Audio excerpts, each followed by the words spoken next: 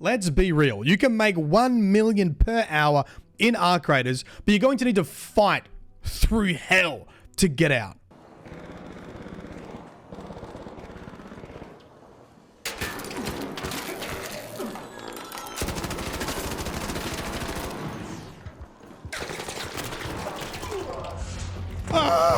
There's 3 of us. 4 of us. Well done. There's so many people. There's so many. Why is there 4 people here? We should be killing the clankers. We should be killing the... Oh, fellow diver brother. Say so. Tell my wife I love her, please. I'm going to show you how I made over 80,000 in 4 minutes, which is over 1 million per hour. But I also want to be realistic. I think a lot of YouTubers just talk about how to make the most amount of money rather than what is consistent and safe. And if you're going to get to the 5 million mark you need for the expedition reset, well, if you want to get the 5 extra skill points, you're going to need to be consistent and safe. So I'm going to show you 3 strategies. One that requires a map condition, one that you can do all the time and is relatively chill and consistent, which is probably my recommendation. And then of course, the super profitable 1 million GigaChad coin farm, but it's also incredibly risky and you're likely not going to make 1 million per hour because you're going to die. Strategy 1, the Lush Blooms modifier. Now, of course, this is not up all the time, so you can't farm this infinitely, but when it is active, it is incredibly good for making coins. The Lush Bloom modifier adds these fruit baskets to the map, and they are plentiful. All you need to do is go to Metaforge website for Arc Raiders, find the map, select fruit baskets, and learn a fruit basket run. I do prefer Damn Battlegrounds and Spaceport. I didn't like it on Bluegate for Lush Blooms, and I actually haven't really done much on Buried City, so it could be good on Buried City too. Let me know if you've done Buried City for Lush Blooms, but I have done a lot of Damn Battlegrounds and Spaceport, and I like both of them. Each time you see Lush Blooms come up, I think you should try it.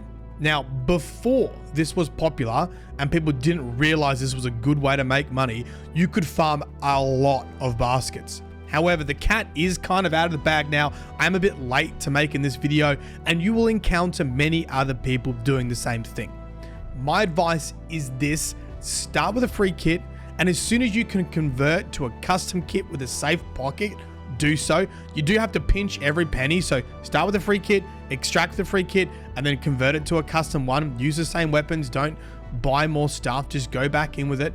Only thing I would recommend adding to your kit is adrenaline shots. You need to sprint to these baskets. People are farming this because it is good money and they'll be quick to get there. So take in an adrenaline shot, and typically as long as you get a fresh spawn and not a late spawn, you should be able to get to 4 or 5 baskets before you start crossing paths with other players.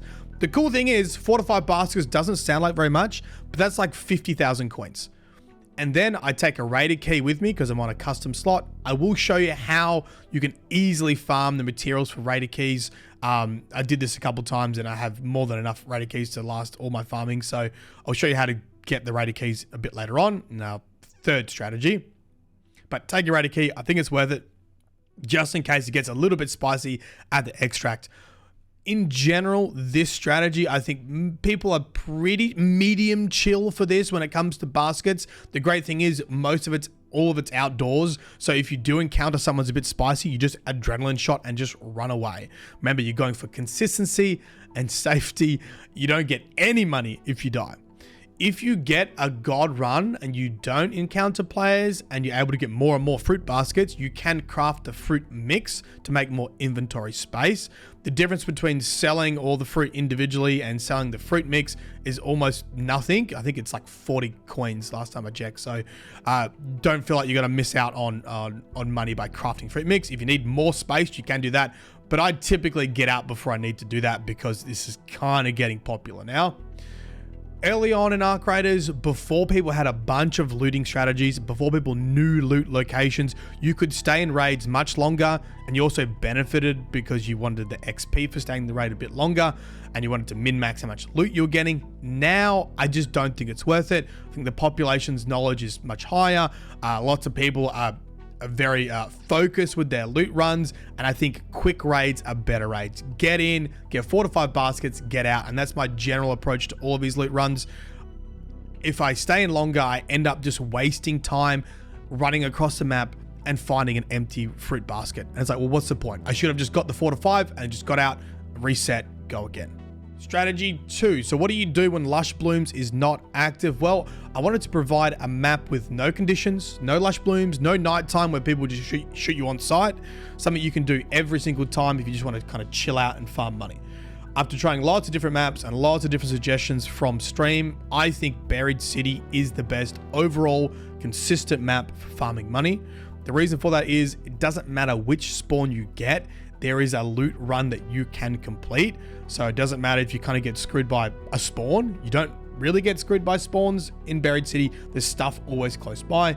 The extracts are also really good. You can do a run and basically finish on an extract, and the hatches are in decent spots as well.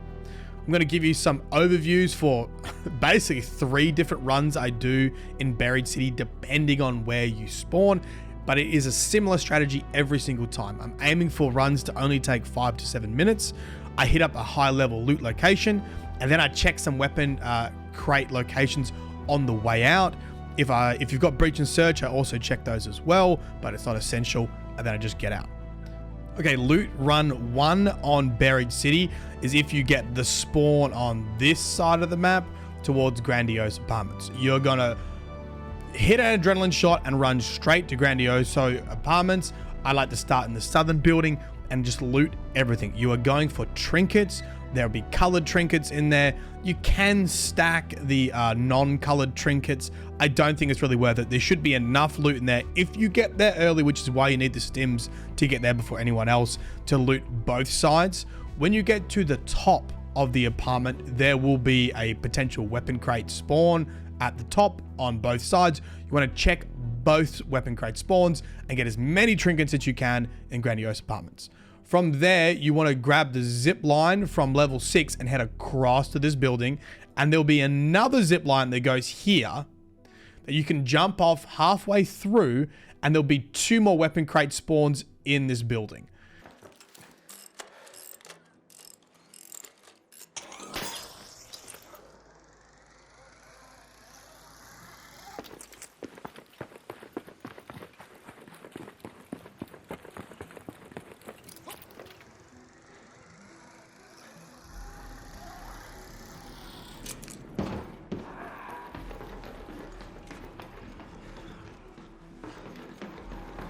Check both of those spawns, and after you do that, I'm typically full.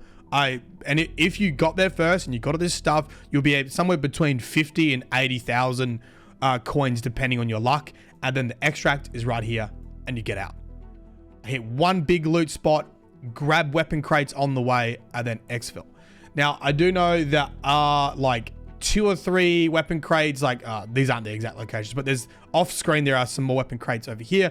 I will leave a YouTube link that goes over every single weapon crate spawn in Buried City.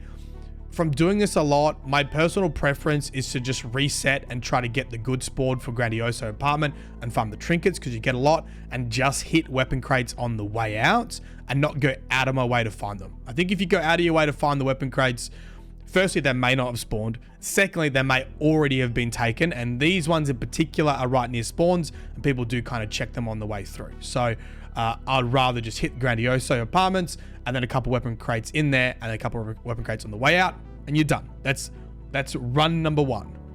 Okay, run number 2 on Buried City is if you get sort of the northeast spawn anywhere around here.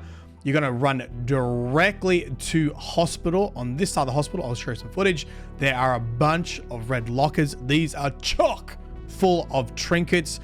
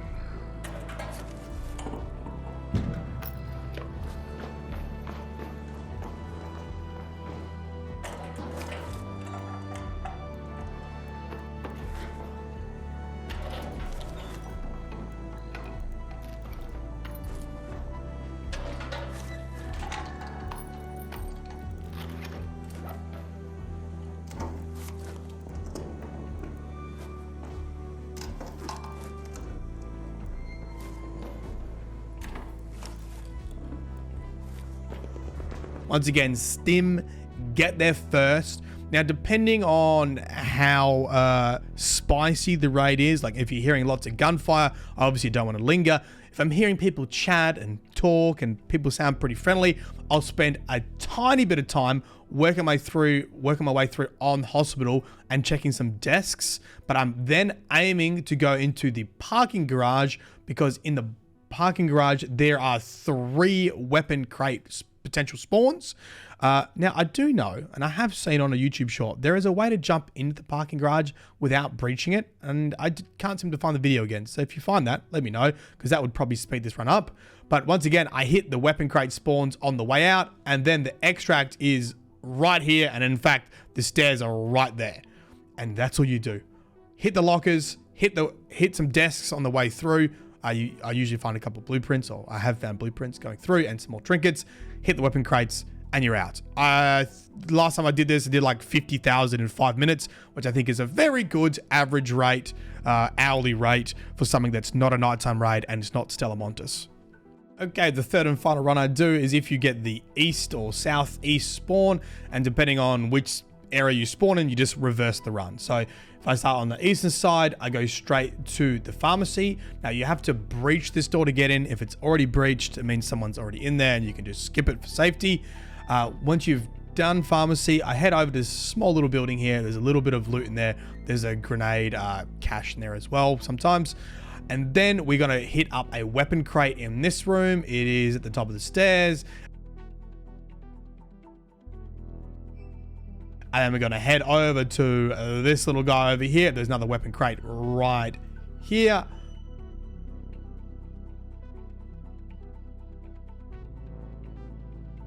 And then we're going to head into Red Tower. I usually like just doing this jump up here.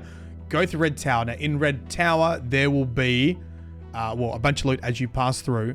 And then there'll be a potential weapon crate spawned at the top. A potential weapon crate spawned in one of that rooms. There's also a breach and search. And there's also some lockers. And depending on how full my boots are, I just grab this extract right here and your run is over. I'm assuming you got everything already. Weapon cache is there.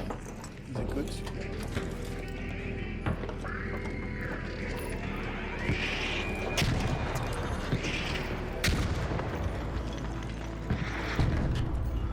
So the security breach, weapon cache is there, and these lockers. And that's probably going to be me done. I'm just going to get out. Is this open? Hey mate, you friendly?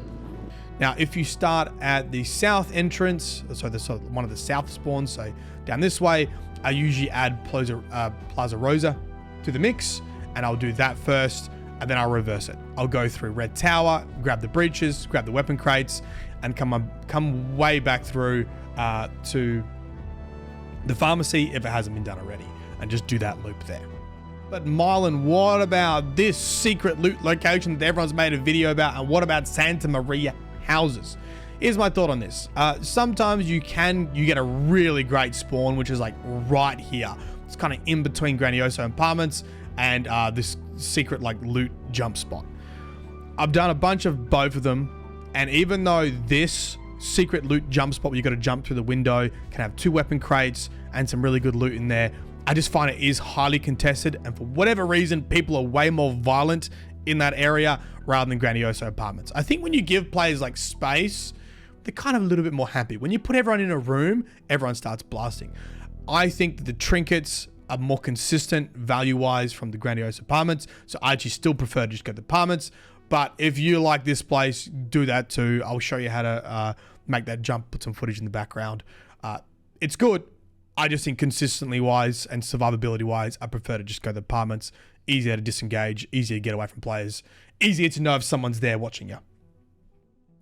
Santa Maria houses are also very good. There are weapon crates, the multiple weapon crates, and multiple search and breaches. I just find I feel like I'm going out of my way to get there, and once again, a little bit more player heavy. I find it a little bit harder to get in and get out and make it a consistent quick run. But if you can work it into your runs, Santa Maria can also be pretty profitable as well. Okay, the final strategy, the 1 million rated coins per hour if you can survive and get the godly spawn.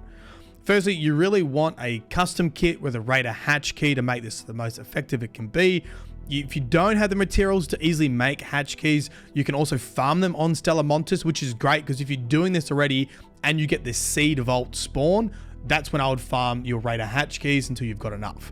You just need to open the vault with a battery, and inside you're going to find a ton of sensors, which is what you use to make the batteries. You can also get advanced electrical components in there as well. I just did this a couple of times and I just haven't run out of Raider keys in a while now.